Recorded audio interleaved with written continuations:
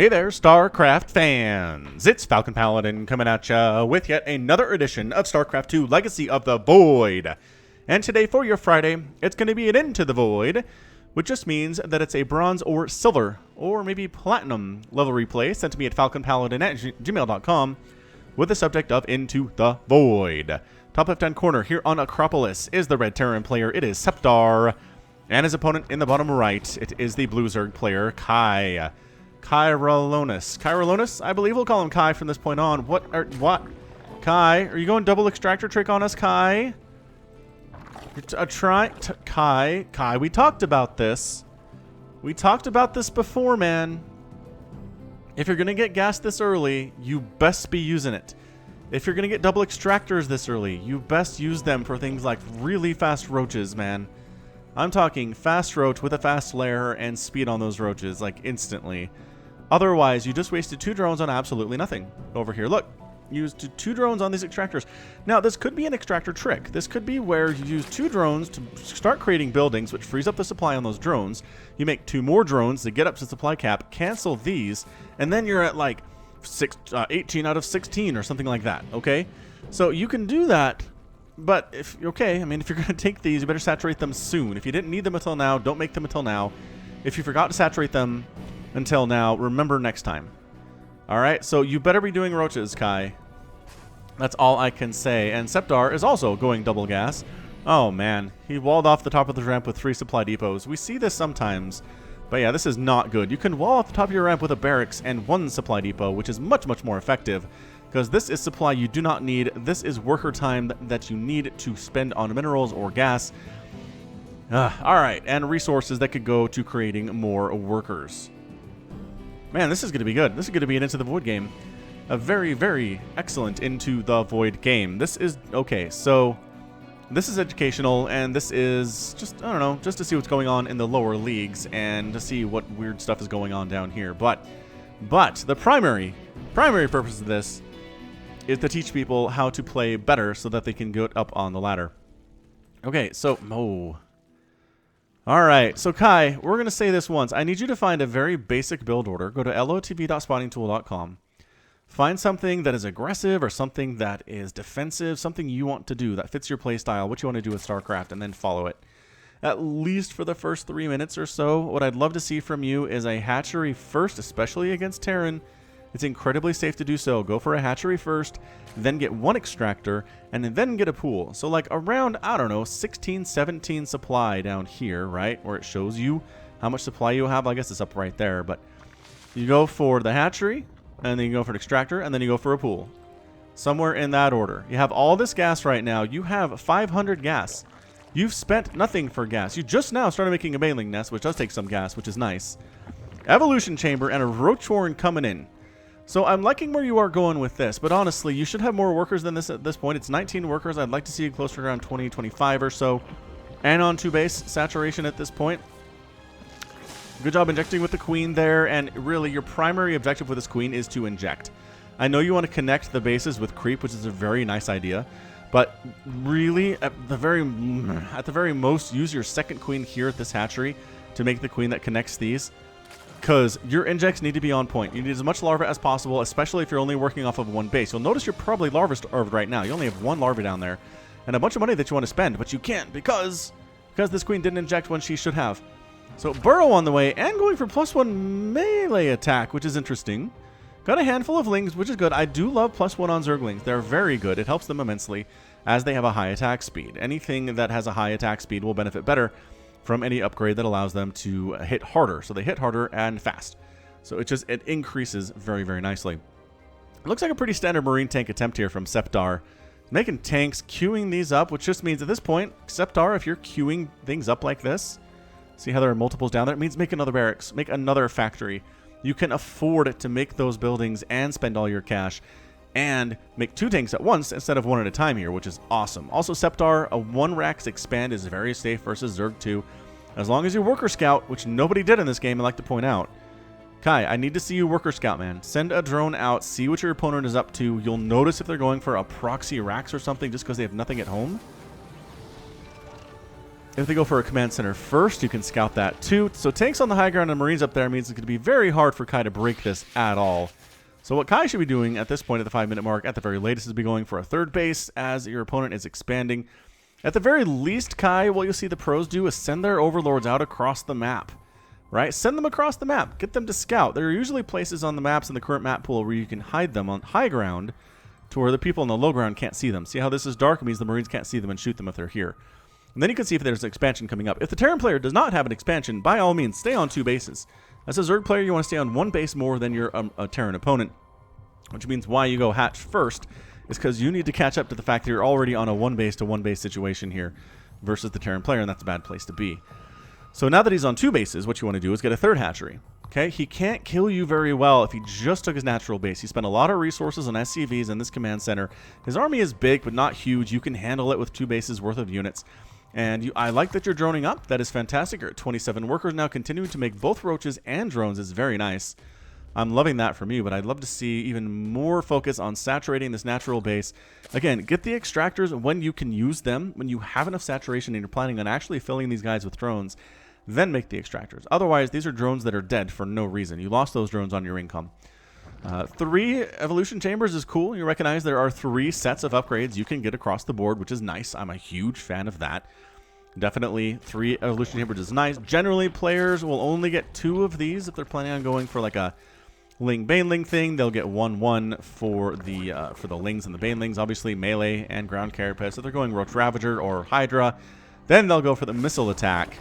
It is rare to see 3 evolution chambers this fast. It takes a lot of time to upgrade, and usually you only see 2 of these, and what they get, whether it's missile attack or melee attack, usually informs us as to what the professional player is doing later on during the game. If they went for missile attack early, they're probably going to stick with Ling Bling Hydra. And if they went for melee attack early, though, they're probably going to go for ultras at some point. It will be nice to have +3 attack on those ultralisks when the time comes. Ceptar is expanding. I'm loving this. Kai, you need to always be 1 base ahead of your Terran opponent. I know it's scary. I know it's really, really hard to do here, but that's what you need to do, is go for another base at the 3rd. You need to start a 4th now that the Terran player is working on his 3rd, and so on and so forth. The creep spread has been alright. It's not too bad here for an Into the Void game. It is one more thing to remember, though, is you gotta spread this creep. That's why Zerg is harder for beginners. There's a lot of stuff to remember. You gotta remember your injects, which actually not bad here from on the double inject too. Loving that from Kai here. You gotta remember the injects. You gotta remember the creep spread. It's just you gotta keep track of more bases than your opponent does if they're Terran or Protoss, and it's rough stuff. Ceptar is playing extremely defensively here today. Both players spending their money not too poorly, honestly. Nobody's at 1,000 minerals yet, which is nice. Kai especially really spending his money fantastically, getting Burrow Move. Now, if we see Burrow Move out of Kai at this stage of the game, I'm going to be extremely impressed. He got Burrow. He's going for Tunneling Claws, which means you can burrow and then move and stay cloaked under the ground, at least until your opponent scans or otherwise has detection to see you. There is a Fusion Core coming up from Ceptar. A lot of Vikings here, too, surprisingly enough. Going for Banshees, going for Ravens. It's a very interesting composition from Ceptar. And this can be a problem. I'm going to be honest. This could be a problem for Zerg players. If their Terran opponent's going for a weird strategy, it is hard to know what to do to counter it. There's not many guides written for if your opponent goes for 4 Vikings, 2 Banshees, a Raven, Marines, tanks, Cyclones. Here's what you do. You know what I mean? This 3rd base is really unprotected. And at this point, again, no scouting. If you're worried about continuing to attack here, Kai, what you need to do is send 1 Ling up. 1 Ling is not a commitment. 1 Ling goes up and says, what's going on? Oh, an unprotected 3rd base. I'll kill it. If it's really protected, the Ling dies, and you know, but you don't lose anything else. So you really need to poke up there and make something happen. It is Yamato Cannon. Holy smokes. Ceptar is going battle cruisers here in this Into the Void game, ladies and gentlemen, which we see a lot. There are certain units that are much better at the lower levels than they are at the higher levels, and battle cruiser is one of those. Battle cruiser is decent. It is used in certain situations at the highest of high pro levels today, but at the lower levels, battle cruisers are little gods. If we're not big gods, right? They are big, they're expensive, they're huge, and they can do a ton of damage because dealing with them directly is very difficult to do, especially as a Zerg player. If it's a rush. If it's not a rush, you're going to want a Spire. Yep, Kai is working on a Spire here. Corruptors are the answer to battle cruisers. They hit really hard against Corruptors, or against battle cruisers. I love the third base is up here from Kai. You'd really need to use a fourth base. And again, just being this in the dark for 10 minutes against your opponent is unacceptable. I need you poking Lings in. I need you sending Overlords up to just fly through the main base from time to time. Make an Overseer if you want it to be faster. Get Overlord speed if you want it to be faster. I love the hive timing. 10-minute hive timing is actually pretty fantastic for Into the Void here. But 44 to 47 workers, both players pretty even. Not killing it with economy right now, but they're both paying attention to worker production fairly well. The problem for Kai's army here is that none of it can shoot up. And I have to admit, oh, there are some Hydras in the mix, though. Okay, so how many Hydras to kill a battle cruiser? You know what? 8? I'm not sure that 8 is enough, but if the battle cruiser is worried about killing these things instead of the Hydras, maybe. It might work out here. But yeah, creep spreading up north is Kai. Creep spreading across the map, so his reinforcements can move faster from home base to the front door of the Terran player. Upgrades are +2 ground carapace is coming in right now, which is awesome. That's a great upgrade to have at 10 minutes. And +2 melee attack is done as well, and +2 missile. So his upgrades have been great for Kai. His early game was questionable, and his expansion timings are a bit off, but otherwise he's doing okay. You're going to notice the red up here. See how that says 13 out of 8? It means you have too many drones on the minerals. Just grab a few of them and move them to the third base. You'll notice this is undersaturated at 7 out of 16. So keep that going. Ceptar is being allowed to create a fairly intimidating army, gotta say. It's more army for Kai here, but these Lings are going to be borderline useless for just this many tanks. And the battle cruisers especially here. Man, Ceptar's expanding again. His expansion timings have been sort of incredible. I'm not going to lie to you. They've been a little bit amazing here today.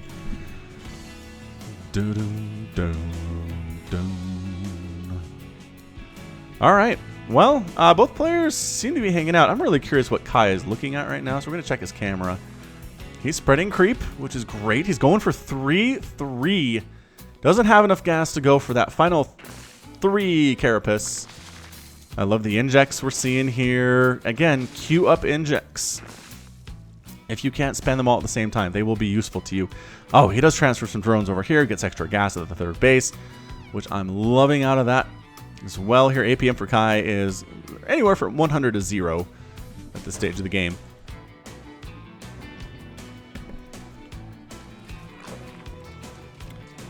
But yeah, I mean, at this point, Kai, scouting is your friend. I mean, not that Ceptar's scouting at all either, because he isn't. He's absolutely not scouting, even in the teeniest or tiniest of bits.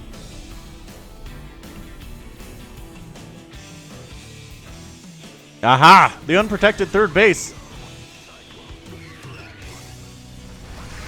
is being attacked here. Where'd our sound go for a second? It's gone for a minute. And honestly, at this point, don't even go in there, man. Don't. All right, well, Kai's going to lose this whole army here, because walking into a choke against Terran is the cardinal sin of ZVT. The Hydra's doing pretty well against the battle cruisers, though. The problem is they're also focusing on other stuff. There's too much Terran here, but actually another battle cruiser does go down to the Hydras. Having the upgrades they have is actually amazing. You see a Motto Cannon. Oh, another battle cruiser goes down. Who knew that 2-2 Hydras? Pretty good, actually. Landing Vikings to try to handle those Hydralisks is incredible stuff. Now, he accidentally scouted this base. Kai accidentally found that this sucker is here. And it's unprotected as well. Terran players, you're going to want to throw planetary fortresses at your expansions outside of your natural. Just do it. I know you're going to watch higher level StarCraft, and not all the pros do this, but that's because they're incredible at defense and reaction time, and you are not. So make planetary fortresses at your 3rd, your 4th, your 5th, and so on and so forth. Kai's army is down to 49. He's making roaches, which I don't know that I agree with you making roaches right now. So Mutalisks, okay. Mutalisks trade all right against battle cruisers, but the answer you really want here is Corruptor. Yeah, it was what you're looking for, Kai, was Corruptor. Keep spreading your creep until the Terran player pushes it back. That's something that I always like to say. Push it, push it, push it until the Terran player stops it, and then push it again once you've dealt with the army. 4th base coming up from Kai. Ah, Baneling's in the mix. Okay, I'm really never against Banelings versus Terran. They're always going to be good no matter what's going on, whether it's against Hellbats or Marines or Ghosts. Banelings are going to be something you're going to be happy you have pretty much generally here. So Hydra Roach Baneling. I'm liking that composition versus this choice from Ceptar, which is, again, Battlecruiser. Now Thor's in the mix and some landed Vikings, which are going to be not all that great. More Battlecruisers being created. You're going to want... I know you're making Mutalisks. I understand that. I understand your line of thinking here, but Corruptors are so much better than Mutas are, especially if there are Thors on the ground. Thors do splash damage versus air, and Mutalisks are very susceptible to that because they stack up and they don't have much HP.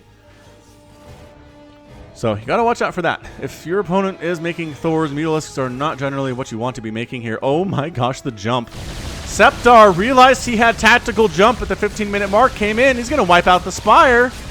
He wipes out the Spire. Yamato Cannon was going to take it down, but it's already dead. Everybody comes back home to try to save the day here, and they might be able to, especially if the Battlecruisers are not fighting directly at them. And they are. So Hydras and, well, +3 attack Hydras especially. Mutalisk getting some damage done. Yamato Cannon, bam, bam, wiping out. I think that was a Yamato Cannon on a Baneling, which is a weird thing for sure. But those Battlecruisers do end up dead. They sniped down the Spire. They killed a good amount of Kai's army here, and some drones and some queens. But overall, I think Kai handled that fairly well. Resources lost here, 10,000 for Ceptar, only 8,000 for Kai. Okay, 8,800 in all fairness. But yeah, that jump could have done a lot more stuff, and all those Battlecruisers died, which was a large chunk of Ceptar's army. He's got 77 available. He was at 100 at some point there. But making Banshees, which don't really trade that well with Hydras, as it turns out, or Mutalisks especially, which Kai comes back to this rally point to hang out for some time. I'm not sure what his game plan is here exactly. He is doing a pretty good job producing stuff consistently here. He needs more gas, which is, I think that's why he's expanding, is when he starts running out of gas, he's like, you know what I need? More gas, which is a nice impulse to have. Like, absolutely follow that impulse. If you need gas, expand. Try to expand before you need that gas, though. That's a recommendation. Spread that creep. Got a couple tumors that have been fairly idle for some time here, but Ultralisks on the way. I'm loving Ultras, especially against, well, these landed Vikings, especially, which are bad versus most things on the ground, to be fair. And everything Zerg has. Like, there is nothing landed Vikings are good against in the entire Zerg arsenal, so bring it. Bring whatever you want against those guys. But yeah, the Thors, Roaches do pretty well in that situation. Zerglings do pretty well in that situation too. Especially if the Lings happen to have 3/3, which they in fact do. The upgrades here for Kai have been beautiful. Oh, we've got the Collector's Edition Ultralisks here. Nice. That is the Heart of the Swarm Collector's Edition Ultralisk, everybody. I've got it. You don't see it that much, though, on the stream. Not many people seem to have that skin, unfortunately, which, I don't know, is Heart of the Swarm Collector's Edition not that good of a seller? Maybe not. Maybe it is not. I mostly got it because I went to the launch of Heart of the Swarm in California back in, God, whatever year that was, 2012 or so, 2013. It was a lot of fun. It was tons of fun. Got to see Day 9 cast live, got to see the first issue, or the first incidents of the replay, let's see, retrieve replay. If a replay crashes, then you can bring it back, which is always nice. Or if the game crashes, you can load up from the replay and continue from that position, which was a really nice thing to include. Going for adaptive... No, is that anabolic synthesis? I think that's... I was confused. It better be anabolic synthesis. I think it's speed for Ultralisks, which, again, speed for anything you're making is going to be a good upgrade. Kai expanding up. Again, getting gas before anything else. Ling skirting around the edges of the sensor tower. He knows the sensor tower is here. You can see it. You can see it as a Zerg player. He's checking for bases to kill, but you're going to want to check here, and you're going to want to check here if you can.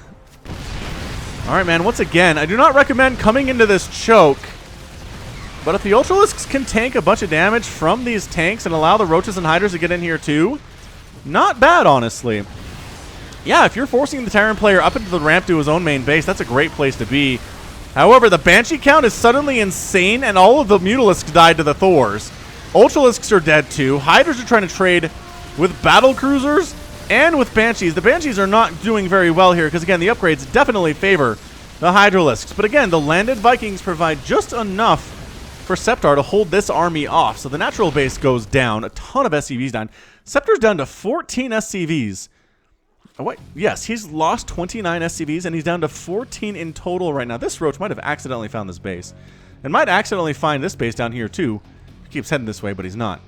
All right, so Kai, looking good. I'd like to see you replace your army, though, because right now your army's at 22 supply, which includes all of 4 Hydralisks, 3 Mutalisks, and a Roach, which is not great.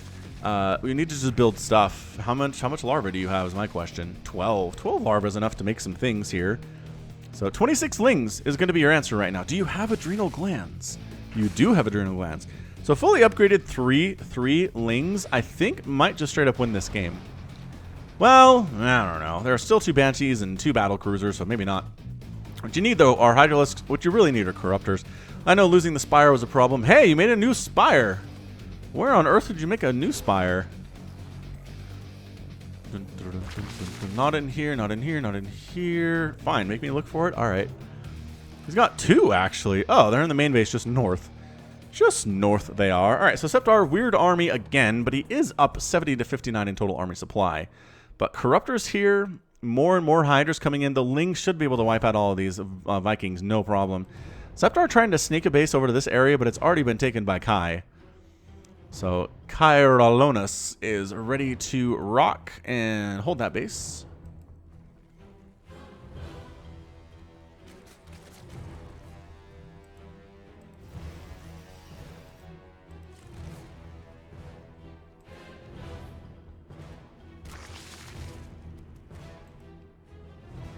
Ceptar, thinking about getting in here. He's heading north, and I don't know. He isn't replacing his SCVs, which is a huge problem. As the Terran player, you definitely need to replace SCVs as they die. So they're going to wipe out this top right-hand base. They accidentally scouted because he was trying to expand up here. And here comes the Zerg army in response, kind of flinging in here 2 or 3 at a time. But there are no Thors here now, so the Mutalisks are going to do better. The Corruptors are just chewing through these battle cruisers, though. Oh, here come the Vikings, though. But the Vikings come up into the sky, which just means, well, the Hydras are going to chew them out. The Corruptors actually trade pretty well versus Vikings, too. That's been the case since Wings of Liberty. One of my first games ever, I remember going Broodlord Corruptor against someone who had Vikings, and the Vikings died real fast. Bam. That was really impressive. Good victory there by Kai, making what he needs to handle the Terran force. And now at this point, I think it's an A move to win type of a situation here. There's just not much at all for Ceptar. He never went beyond 1 barracks. He did end up making 3 starports, which is nice, but only 1 factory. And again, he never had the income to really spend all that much money on a lot of units because he only had 14 workers. And really, since he ended up losing 29, he only had about 60 workers, period, at any point during the game, which is not great. But Kai says, you know what I need? Some Ultralisks. I need +3 flyer attack. His upgrades have been fantastic, really, for an Into the Void game here. So Kai, get your opening a little tighter. As in, find an opening that you like, an opening build, and just follow it. And I think you're going to be in a decent position here. You're doing a decent job expanding. I'd like to see faster expands earlier. But at this point of the game, to be on this many hatches and replacing this one after it died is pretty nice. It really is. Yeah, 1 battlecruiser on the way. At this point, Ceptar is dead, and I don't think he's aware of it. He might be aware of it. The fact that he lost his entire army was kind of a dead giveaway. So we're going to speed this up, because I just think this is going to be a couple minutes of sitting around, Kai making a huge army, Ceptar making like a battlecruiser at a time with his income, which, you know what, he just tossed down a ton of mules, it seems like. Yes, look at that. Look at that income suddenly, bruh. That's what we're talking about. The mules bringing that income to a huge number, and then eventually they expire, though.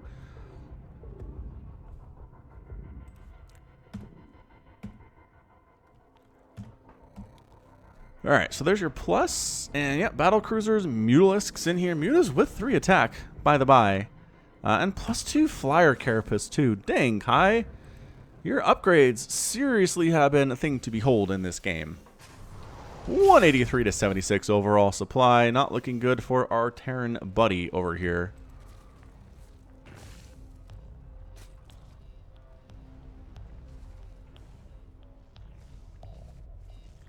The injects, you can hear them getting queued up over here because he isn't remembering to do them. But I mean, queuing up injects, you just hold down Shift and press V and click a whole bunch of times on the hatchery, and she'll queue up injects for you, which is just really nice. All right, are we ready to go? Are we ready to move? Oh, making 17 banelings too. It's just mean 17 3/3 banelings, which to account for the, I mean, the banelings are not going to be used for much here, is what I'm trying to say. I think lings would do you better, just as far as killing buildings are concerned. So Ceptar says, I saw battle cruisers were good once. He's got +3 air weapons and +2 air armor. So, I mean, his upgrades are good. They lagged a little bit behind, but at this point, they're not bad. But yeah, you're going to want a couple Thors to deal with the Mutalisks. You saw what the Thors did to the Mutas in that first engagement the Mutas showed up for, and it was brutal. It was brutal for them Mutas. But in this case, where there is no splash damage to handle them, you want Widow Mines, you want something that splash damages them. Also, a ton of Marines are actually pretty good here. And here we go. Kyaralonus. Kyaralonus. Dun dun dun dun dun dun dun dun dun dun dun dun. Kyaralonus. All right. He's like, I don't know where your army is. Going to kill your base, though. Here goes nothing. Another A move engagement of the day. Hydra is trying to get on in. Corruptor's just doing fantastic amounts of work here versus these battle cruisers. Yamato gun, Yamato cannon, trying to make something happen here, but once the battle cruisers are done, that's going to be it. Mutalisks and Hydralisks working together in beautiful tandem. The Vikings not able to save the day this time by landing, and that's going to be it. Banelings exploding on buildings, because what else are they going to do here? There's nothing to do, and Kyaralonus gets your win in 26 minutes and 47 seconds. He does want to continue killing stuff here. This Hydra, these two Hydras attacking from the low ground, very annoying. Let everybody else up the ramp, man. Give everybody else a turn. A turn on the ride. Nicely done, Kai. He counters the strange composition of Ceptar with a strange composition of his own. Sits back, he looks at what the Terran player is doing, responds accordingly, gets upgrades, expands a whole bunch. Never actually saturated these extractors, which I'm kind of bummed about. But gets the win. So nicely done, Kai. I mean, it turned out to Ceptar believed a little bit too much in the power of Battlecruiser, I think. Didn't have enough army to support them. In tanks, I mean, seriously, he made those first tanks and they were great, and then once he lost those, he never replaced them. But seriously, having a ton of tanks to wipe out the Hydralisks so the battle cruisers continue to fight, that would have been just gold for Ceptar in a couple of those engagements. But yeah, I love that Kai here figured out Corruptors. He figured out continuing to make Hydralisks, got those upgrades going. Please find an opening. Please find a build for yourself at the beginning stages of the game. Do not make 2 extractors early again unless you're planning on using them and saturating them instantly. Also, please go hatch first against Terran. All right, cool. And Drone Scout. All right. Well, overall, I think that's going to be it from me. So this has been Falcon Paladin coming at you with yet another edition of StarCraft 2 Legacy of the Void and an Into the Void. Go ahead and hit that like button. Hit that subscribe if you like what you saw and what you heard today. You can also catch me on Twitter, Facebook, Patreon, and Twitch, all at /Falcon Paladin. And until next time, as always, thank you so much for watching, and you take care of yourself.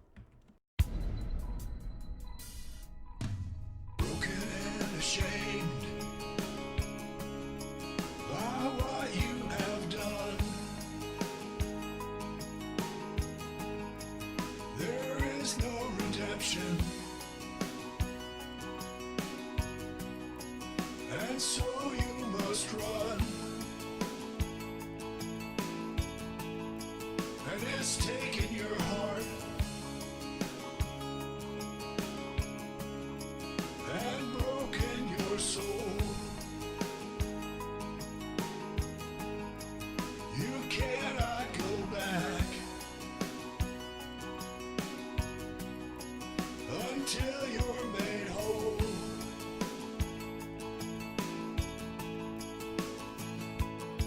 And you're running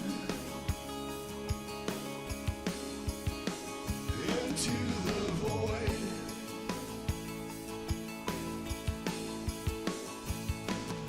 You go searching into the void to find a place you can live. Place you can love. Is it just an illusion? When push comes to shove,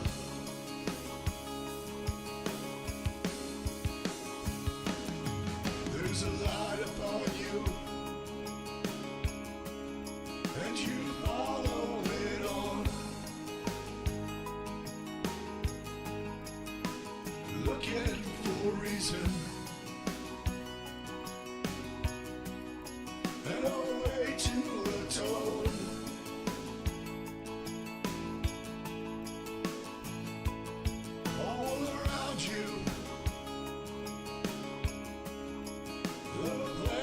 opposite stars. You're lost in a maelstrom of a great new unknown.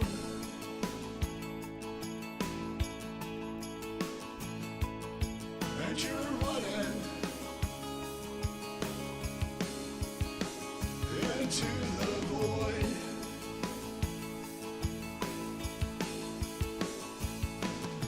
You go searching